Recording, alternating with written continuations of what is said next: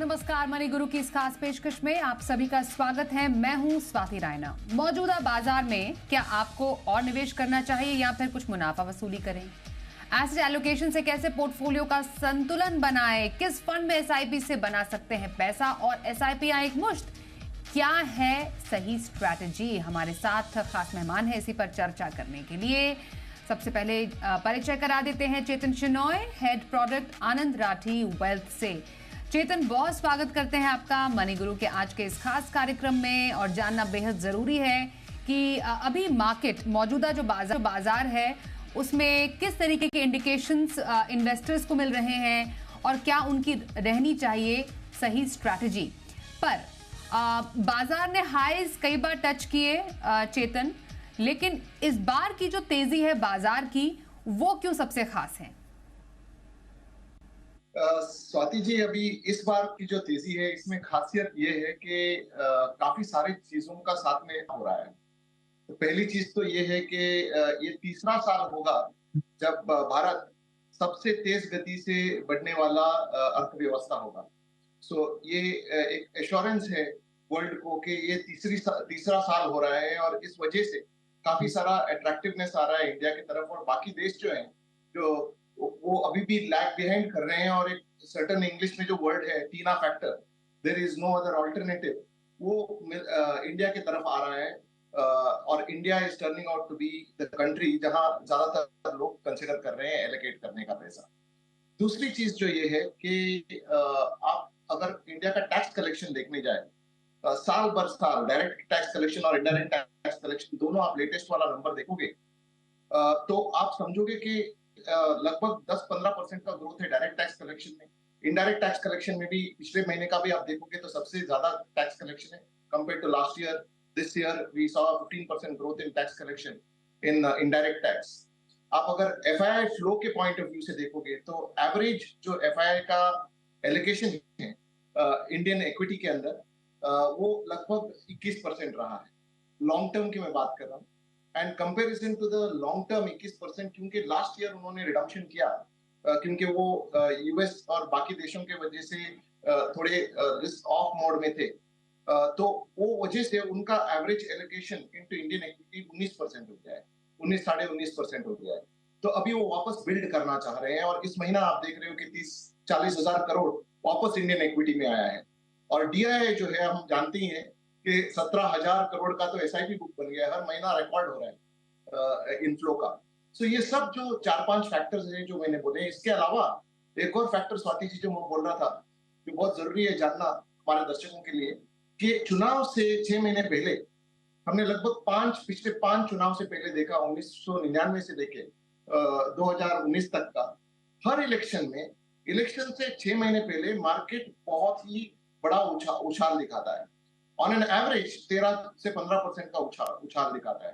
तो इस बार भी वही होते हुए दिख रहा है। इलेक्शन अभी मई जून में आने वाला है, अप्रैल मई जून के बीच में आने वाला है और 6 महीने पहले का वो जो पीरियड है अभी अभी शुरुआत हुआ है और मार्केट हमेशा इलेक्शन को चीयर करता है और वो होते हुए दिख रहा है स्वाति। एब्सोल्युटली। तो जो जितने भी मैक्रो इकोनॉमिक फैक्टर्स हैं वो भारत के पक्ष में जाते हुए नजर आ रहे हैं। चेतन ने बहुत ही अच्छे से समझाया कि क्यों इस बार की तेजी अच्छी है, काफी पॉजिटिव है और टिकाऊ है। और आगे आने वाले जो साल हैं, क्योंकि हम ऑलमोस्ट ईयर एंड पर हैं, आगे आने वाले जो महीने हैं इनफैक्ट वो काफी ज्यादा इवेंटफुल रहने वाले हैं। और इस स्टेज पर हमारे साथ एक और हमारे एक्सपर्ट जुड़ चुके हैं, उनका परिचय भी करा देते हैं। Niranjan Awasthi, senior vice president product Edelweiss mutual fund. Niranjan, आपका बहुत स्वागत करते हैं मनी गुरु के आज के इस खास कार्यक्रम में। आपसे चर्चा की हम शुरुआत करने से पहले मैं चेतन से यही जान रही थी कि इस बार के तेजी में खास क्या है और अलग क्या है। क्या आपकी नजर में कुछ अलग इस बार हुआ है? मैं यहाँ पर एक जिक्र एसआईपी का करना चाहती हूँ, क्योंकि जिस तरीके से म्यूचुअल फंड इंडस्ट्री बढ़ी है पिछले 1 साल में, हमने बेहतरीन तेजी देखी है। 17,000 करोड़ का आंकड़ा जो एसआईपीज ने पार किया, सिर्फ और सिर्फ एसआईपी इन्वेस्टमेंट में ही साल भर में 24% की अप्रत्याशित बढ़त हमने देखी है। और लगातार हम चाहेंगे कि आगे ये रिकॉर्ड आगे भी टूटता जाए। कितना बड़ा योगदान ये नंबर दे रहा है अभी ओवरऑल बाजार में अभी? नमस्कार, धन्यवाद मुझे यहाँ पर बुलाने के लिए। काफी बड़ा योगदान है एसआईपी का। अगर हम आंकड़े देखें पिछले इस फाइनेंशियल ईयर में टिल डेट नवंबर तक एसआईपी से जो म्यूचुअल फंड में एयूएम आया है वो लगभग 1.5 लाख करोड़ है। और ये बड़ी अमाउंट है। अगर हम हमारा मार्केट कैप देखते हैं तो उसका, और जो भी नए इन्फ्लोज देखते हैं डीआई इन्फ्लोज का, उसका एक काफी बड़ा नंबर है। अगर हम इसकी तुलना पिछले साल से करते हैं, पिछले पूरे फाइनेंशियल ईयर में हमने लगभग 1,40,000 करोड़ का इन्फ्लो एसआईपी के थ्रू देखा था, और उसके पहले साल लगभग 1,20,000 करोड़ का इन्फ्लोज देखा था। पिछले 3 सालों में अगर हम देखते हैं, just before Covid SIP book जो थी वो लगभग 8,000 करोड़ की थी। आज हम 17,000 करोड़ पे है। ऑलमोस्ट 3 साल में डबल हो गई है, और अगले 3 साल में भी हमको लगता है यहाँ से डबल होगी। तो लगभग 30 से 32,000 करोड़ हर महीने इक्विटी में आना, ये बहुत बड़ी बात है मार्केट के लिए। एब्सोल्युटली। और एक पॉइंट है जिसमें मैं आप दोनों ही एक्सपर्ट्स का व्यू चाहती हूँ। मैं चेतन आपसे शुरू करती हूँ कि अभी हमने एक बहुत ही एक फेमस एक बयान सेबी चेयरपर्सन माधवीपुरी बुच का सुना, जिसमें वो ये मंशा जाहिर कर रही है कि क्यों ना जो एक निवेश का जो अमाउंट है उसको छोटा कर दिया जाए। 500 की बजाय अगर 100, 150 या 200 या 250 भी से भी अगर निवेश की शुरुआत होती है तो उसमें क्या बुरा है। फाइनेंशियल इंक्लूजन के लिए एक बहुत बड़ा कदम होगा। और जो हम एसआईपी के आंकड़े जो हम 17,000 करोड़ के पार जाते देख रहे हैं, तो उसमें उसको और भी ज्यादा बल मिलेगा। आपका इसमें क्या कहना है? ये कैसा एक स्टेप साबित हो सकता है? स्वाति जी, ये जो स्टेप होने वाला है इसका बहुत बड़ा फायदा होने वाला है म्यूचुअल फंड इंडस्ट्री को। नॉट ओनली कि ये पॉइंट ऑफ व्यू से कि पैसा आएगा, पैसा शायद से बड़ा ना आए क्योंकि बहुत रिटेल वाला टिकट होगा, बट जो डिस्ट्रीब्यूशन होगा और इंट्रोडक्शन होगा एसआईपी का और इक्विटी का, फाइनेंशियलाइजिंग ऑफ इन्वेस्टमेंट जो आपने अभी बोला, जो सेबी बहुत ही कीन है। दिस शोज वेरी क्लियरली कि सेबी कितना सीरियस है फाइनेंशियल इंक्लूजन को लेके, और हर साल वो नया कुछ लेके आ रहा है ताकि फाइनेंशियल इंक्लूजन जो है इंडिया में बढ़े, और लोग फिजिकल एसेट्स जो गोल्ड और रियल एस्टेट जो पुराना उनका तरीका होता था इन्वेस्ट करने का, उससे धीरे धीरे माइग्रेट होके कैपिटल मार्केट में भी पैसे लगाए। तो ये बहुत ही फायदेमंद होगा मार्केट के लिए, क्योंकि कई सारे नए रिटेल इन्वेस्टर्स आने वाले हैं। उनको अभी इनिशियल एक एक्सपीरियंस मिलेगा इनिशियल डेज में, और वो एक्सपीरियंस का आगे जाके क्या होगा ये हम सब जानते हैं कि जो भी शुरुआत करते हैं इक्विटी में, specially through SIPs over a longer period of time. अभी जो मेरे कलीग ने भी बोला कि इंडस्ट्री में 17,000 करोड़ और हर साल 3 गुना होते हुए, तो अगले 3 साल में 3 गुना होने का एक नींव रखा गया है इस स्टेप के द्वारा। एब्सोल्युटली। मैं इनफैक्ट ये जो आंकड़े हैं इसको एक दूसरे आंकड़ों से कोरिलेट करना चाहती हूँ। मतलब अगर हम देखें म्यूचुअल फंड में जो B30 सिटीज हैं, ऐसे शहरों का योगदान काफी ज्यादा और ज्यादा बढ़ता नजर आ रहा है। और मैं आपको बताऊं कि ये जो रिसर्च है हमें चेतन ने ही प्रोवाइड की है। इसमें एक बहुत इंटरेस्टिंग चीज निरंजन, इनफैक्ट मैं आपसे समझना चाहती हूँ इन रिलेशन विद हम जो एसआईपी की बात कर रहे हैं कि अगर और भी छोटे अमाउंट से एसआईपी शुरू होती है और ज्यादा लोग जुड़ते हैं तो उसका क्या फायदा होगा। अगर अभी तो T30 एक तरीके से डोमिनेट करता है, मैक्सिमम जो एयूएम का हिस्सा है वो T30 से आता है, टॉप 30 सिटीज से आता है, पर B30 भी बहुत ज्यादा दूर नहीं है, वहां भी शहरों का काफी अहम योगदान हम देख रहे हैं। क्या एक म्यूचुअल फंड इंडस्ट्री की तैयारी ऐसे में हो सकती है अगर इस तरीके का कोई जो डिसीजन है वो ऑन पेपर आता है और इम्प्लीमेंट होता है तो? जरूर। अगर हम आज भी देखें तो कहीं म्यूचुअल फंड है, हालांकि एडलवाइस के सभी म्यूचुअल फंड स्कीम्स में मिनिमम जो एसआईपी अमाउंट है वो 100 रुपए से शुरुआत होती है, लेकिन इसकी अवेयरनेस नहीं है। अगर हम म्यूचुअल फंड की बात करें तो हर एक व्यक्ति को ऐसा लगता है कि म्यूचुअल फंड एक प्रीमियम प्रोडक्ट है, हालांकि अवेयरनेस बढ़ रही है, लेकिन फिर भी लगता है कि 5,000 या 2,000 हो गए तो ही मैं स्टार्ट कर सकता हूँ। लेकिन आज भी कई फंड्स हैं जहाँ पे 100 रुपए से स्टार्ट हो सकता है। जब ये एक कदम बढ़ेगा और एक रेगुलेशन या फिर रेगुलेटरी पुश भी इसमें आएगा तो डेफिनेटली ये आंकड़े बढ़ेंगे। सबसे इंपॉर्टेंट चीज है, आज हमारे पास इंडिया में रफली 7 करोड़ SIPs चल रही है। हालांकि अमाउंट वाइज T30 ज्यादा कंट्रीब्यूट करता है, लेकिन नंबर वाइज इंक्रीमेंटली B30 से सबसे ज्यादा मात्रा में SIPs के नंबर्स आते हैं, और यहाँ पे टिकट साइज छोटा ही है।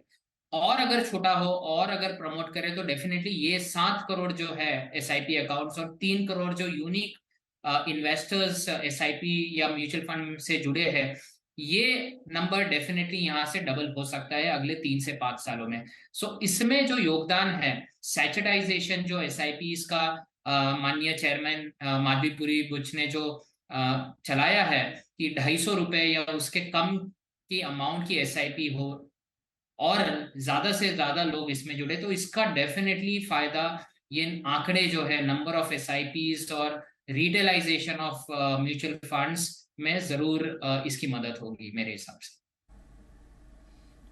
चेतन, एक छोटा रिएक्शन इस पर लेना बेहद जरूरी है। निरंजन ने जैसा कहा कि ऑलरेडी ऐसे प्रोडक्ट, ऐसे फंड मौजूद हैं जहां पर आप 100 रुपए से भी SIP की शुरुआत कर सकते हैं। इसको अब कैसे अच्छे से इम्प्लीमेंट करना है, इसकी अवेयरनेस कैसे बढ़ानी है, ये फिर म्यूचुअल फंड इंडस्ट्री को सेबी के साथ मिलकर और सबके साथ मिलकर एक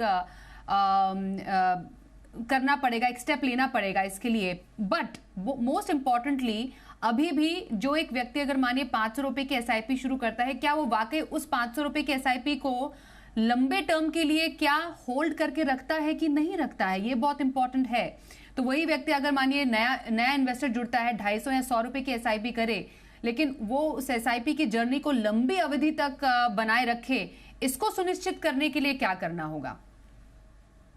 स्वाति जी, ये बहुत ही इम्पोर्टेंट क्वेश्चन है कि टाइम होराइजन ऑफ इन्वेस्टमेंट जो है, अब जो HNI इन्वेस्टर कर चुका है और समझ चुका है कि लंबे समय में ही पैसे बनते हैं इक्विटी में, और इसकी अंडरस्टैंडिंग जो है HNI स्पेस में हो गई है। HNI से मास एफ्लुएंट स्पेस में जो 20-25 लाख का टोटल नेटवर्थ वाले लोग जो 2,000, 4,000 का SIP करते हैं, 5,000 का SIP करते हैं, उनको भी समझ में आया है। यही अभी पास डाउन करना पड़ेगा 500 रुपए, 100 रुपए के SIP वालों को भी, क्योंकि ज्यादातर जो 500 रुपए, 100 रुपए का SIP करने वाले हैं, ये हमारे domestic health, blue collar workers, शायद से students who are working part time and accumulating money उनके एजुकेशन के लिए, ऐसे लोग होंगे।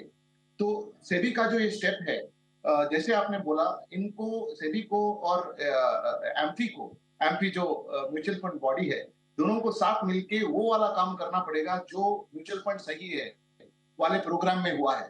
तो कई सारे एड्स अभी हर म्यूचुअल फंड में एक सर्टेन 2 पैसा रखा जाता है इन्वेस्टर एजुकेशन के लिए। तो आई एम श्योर ये इन्वेस्टर एजुकेशन का जो पैसा है रिटेल इन्वेस्टर पे अभी खर्च होना शुरू हो जाएगा।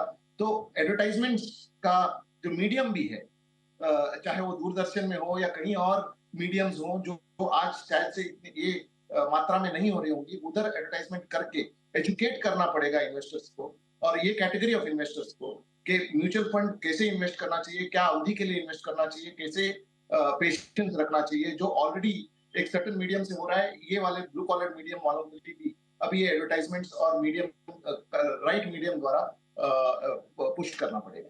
तो किसी भी बाजार में कैसे पैसा कमाया जाए, क्या सही स्ट्रैटेजी रखी जाए, इस पर हम चर्चा अब इसका फोकस रखने वाले हैं। हमारे साथ एडलवाइस म्यूचुअल फंड से निरंजन अवस्थी हैं, आनंद राठी वेल्थ से चेतन शेनॉय हैं। निरंजन, अब अभी बाजार में कहां पर सबसे ज्यादा नजर रखनी चाहिए? मैं स्ट्रैटेजी की बात करना चाहती हूं।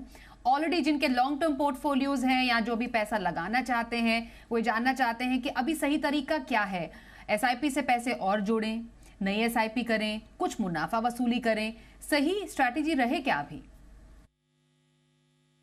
सबसे आसान चीज है, अगर कोई SIP कर रहा है तो मार्केट कहीं भी हो, वो बॉटम के आसपास हो या टॉप के आसपास हो, SIPs आपको कंटिन्यू करनी है। ये सबसे बड़ी ताकत होती है SIP की, क्योंकि यहाँ से बाजार क्या होगा अगले 6 महीने, 1 साल, ये कोई नहीं बता सकता। 100% श्योरिटी के साथ तो बिल्कुल भी नहीं बता सकता है। तो अभी अगर हम पिछले 2-3 महीने में देखें, मार्केट में काफी तेजी देखी गई है। इलेक्शन रिजल्ट्स और फेड का जो डोविश सिग्नल था, उससे मार्केट में ओवरऑल बुलिश सिग्नल मिली है। तो मार्केट और बाजार तो काफी तेजी से ऊपर जा रहे हैं। वैल्यूएशंस की अगर हम बात करें, स्पेशली मिड कैप और स्मॉल कैप्स में वैल्यूएशंस थोड़ी कुछ पॉकेट्स में एग्जैजरेटेड है, हाई है।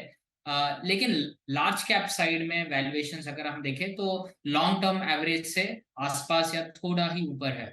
सबसे ज्यादा इंपॉर्टेंट है अंडरलाइंग अर्निंग्स ग्रोथ बाजार की जो है वो स्ट्रांग रही है। पिछले 2 क्वार्टर की अर्निंग्स ग्रोथ इन इस फाइनेंशियल ईयर की शुरुआत से ही काफी अच्छी रही है।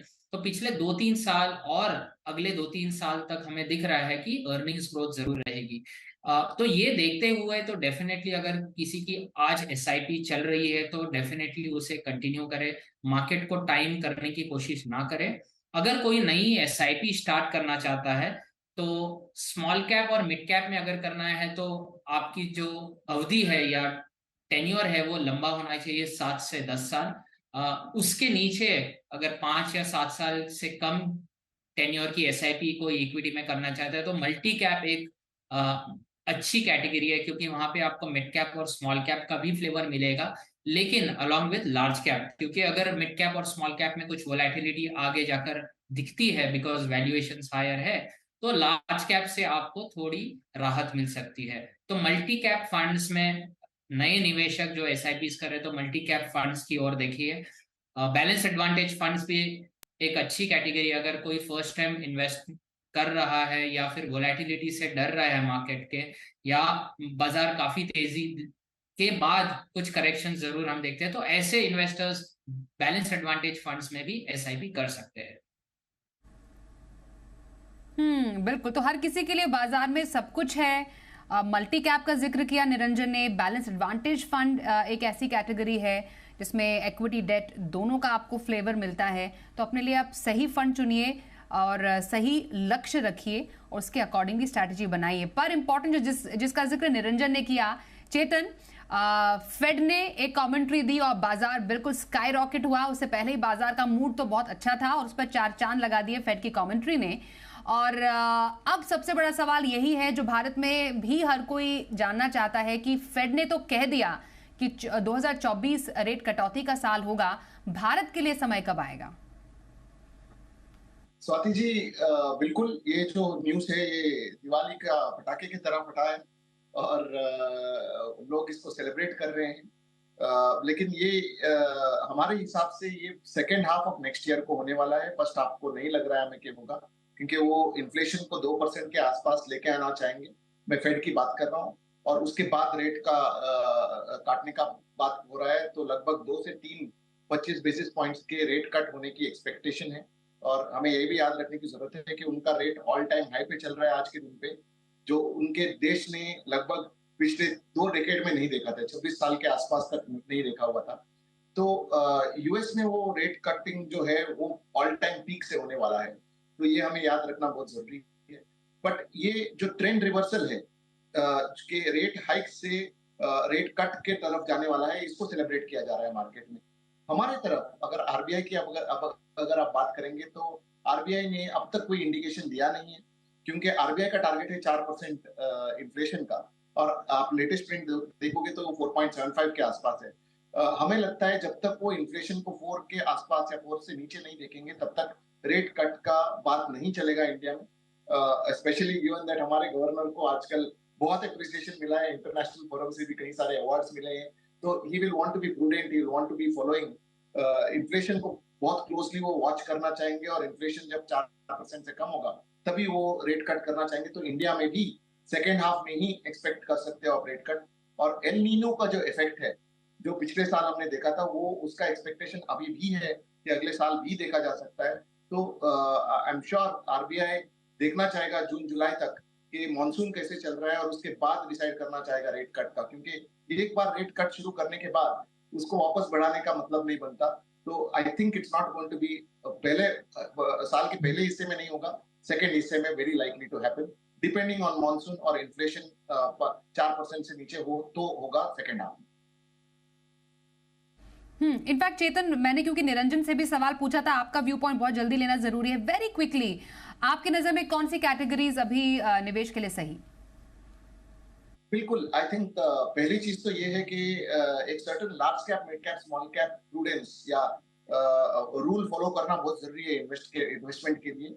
और इस साल के लिए हमने जो large cap, mid cap, small cap रखा है वो लगभग 50 से 60% लार्ज कैप में और लगभग 10 से 15% मिड कैप में और लगभग 30% जो है स्मॉल कैप में एलोकेट करने का हमारा एडवाइस है इन्वेस्टर्स को। ये इसलिए क्योंकि हमें लगता है कि लार्ज कैप स्पेस और स्मॉल कैप स्पेस में अपॉर्चुनिटी ज्यादा है और मिड कैप स्पेस थोड़ा महंगा चल रहा है। और अर्निंग्स भी देखा जाए तो स्मॉल कैप में अब तक पूरा अर्निंग्स आया नहीं है, लार्ज कैप में अभी अर्निंग्स इस साल बहुत अच्छी तरीके से बढ़ोतरी हुई है, 18% का एक्सपेक्टेड ग्रोथ है अर्निंग्स में। तो लार्ज कैप और स्मॉल कैप में हम थोड़ा ज्यादा एलोकेशन की बात करें, 50 से 60% और 30% इन स्मॉल कैप। ये डायरेक्शनली हम रेकमेंड कर रहे हैं। Of course to participate, the best way to participate हमारे हिसाब से स्मॉल कैप फंड बिल्कुल होना चाहिए और लार्ज कैप फंड के बदले में हम ये रेकमेंड करेंगे कि आप मल्टी कैप और फ्लेक्सी कैप फंड ले लीजिएगा, क्योंकि उसमें भी लार्ज कैप एलोकेशन होगा और मिड एंड स्मॉल कैप का एलोकेशन भी होगा। So instead of having a pure large cap, flexi cap, multi cap, large and mid cap focused, ये कैटेगरी और small cap category is what we are recommending to our customers. बिल्कुल। तो strategy पर हमने चर्चा की, अभी बाजार में कैसी स्ट्रैटेजी, कहां पर पैसे बन सकते हैं, कहां पर नजर रखें इन्वेस्टमेंट की, इस पर चर्चा हमने की। बहुत धन्यवाद करेंगे निरंजन और चेतन, आप दोनों का ही हमारे साथ इस खास चर्चा में शामिल होने के लिए।